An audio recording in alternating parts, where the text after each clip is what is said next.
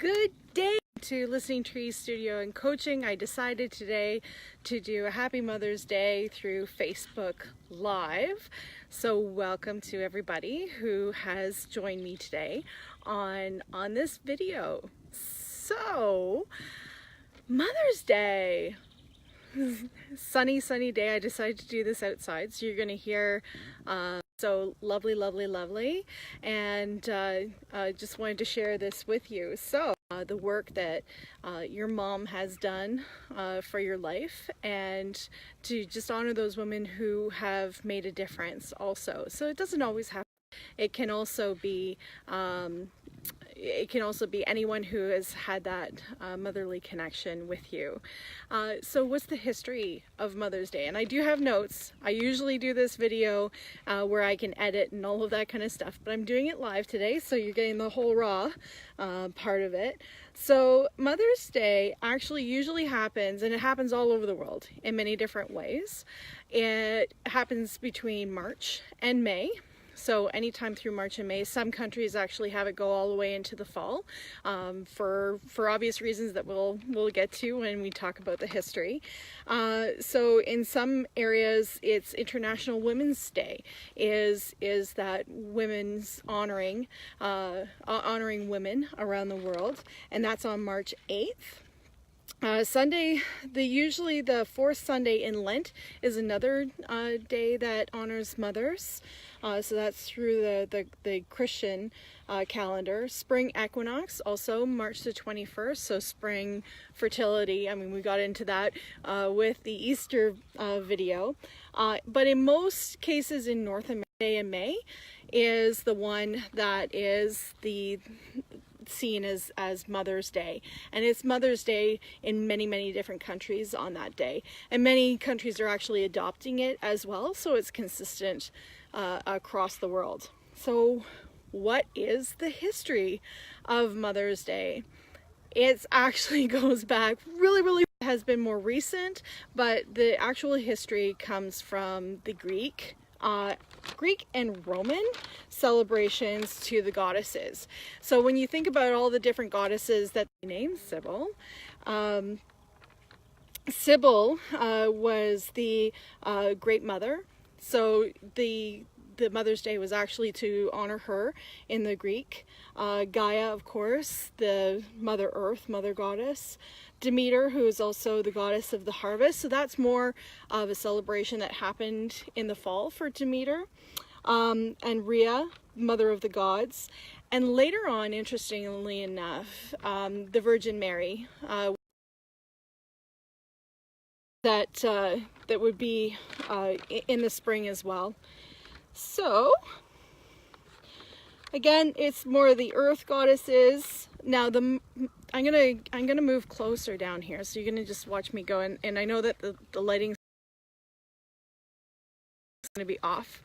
It seems to be low, and this seems to get better here.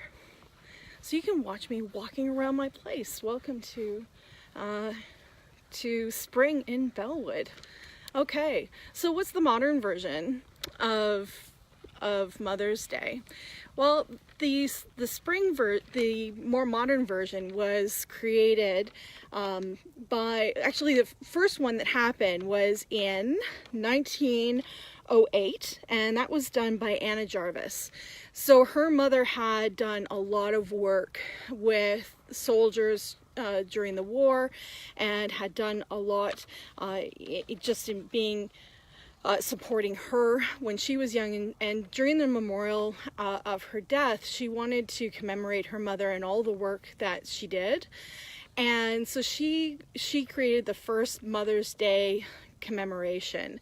And at that point in time, she was like, this needs to happen more often. We need to be able to celebrate our mothers and make that happen. So Anna went on a many-year campaign to make Mother's Day a national holiday in the United States. So this is where the modern version comes. and she was very well connected with politicians of the time. And in 1914, the American government actually commemorated Mother's Day as a national holiday. And during this holiday, Anna Jarvis, her dream was that everyone would sit down and write a heartfelt letter of gratitude to their mothers. And during that time, they would, you know, really put that energy in there to say thank you for all that their mothers had done for them, and spend that time to come and, you know, give flowers, hand deliver that letter, and have a meal with their mothers. Of course, over time this changed, and as you can see, you know, the benefit to corporations would be, well, look at this. This is a great option for us to A, sell flowers, B, make sure that everyone goes out to dinner and not just home for dinner, and cards. So the celebration actually became very commercialized, and Anna Jarvis was really upset about that. She actually campaigned in 1920 to stop the whole Mother's Day altogether, because that wasn't her vision. Her vision was for people to take energy and time to show gratitude to their mothers, rather than just making the quick and easy way out. So that actually backfired on her. By that point, Hallmark was making a ton of money on cards, and you know, all the different industries. You know, look at the gardening industry. Everyone on every corner has flowers. So I mean, it just went a lot bigger than what they were expecting. So I actually, it was interesting, I put up questions on Quora to see what people wanted to know for the Mother's Day video. And one of the questions was, you know, how commercialized is Mother's Day? And it is quite commercialized. So in the States alone, just Americans alone, in 2016, Americans spent $21.4 billion on Mother's Day. And traditionally what's given is a card, flowers, and a dinner. And, you know, for some individuals it goes a bit longer. Oh, look, we got neighbors and my dog's barking at them. For me, honestly, a perfect Mother's Day is my daughter coming to garden, which she has this weekend. You know, having a nice meal together is great, and just being able to be in the earth and all of that is wonderful. So for you individuals who are like, never done Mother's Day before, she's not running, so I'm gonna leave her, let her bark. I love Facebook Live. Anything can happen. Why celebrate? Well, you can celebrate just to show that appreciation and gratitude for Mother's Day. It doesn't have to be for your biological mother. I mean, I sent my mom flowers on Monday because I wasn't able to see her this weekend, and I did give her a call. But I mean, it could be any person who has shown you that motherly affection. It could be a mother-in-law, it could be a mentor, it could be a friend, it could be someone who you've just adopted as a mother.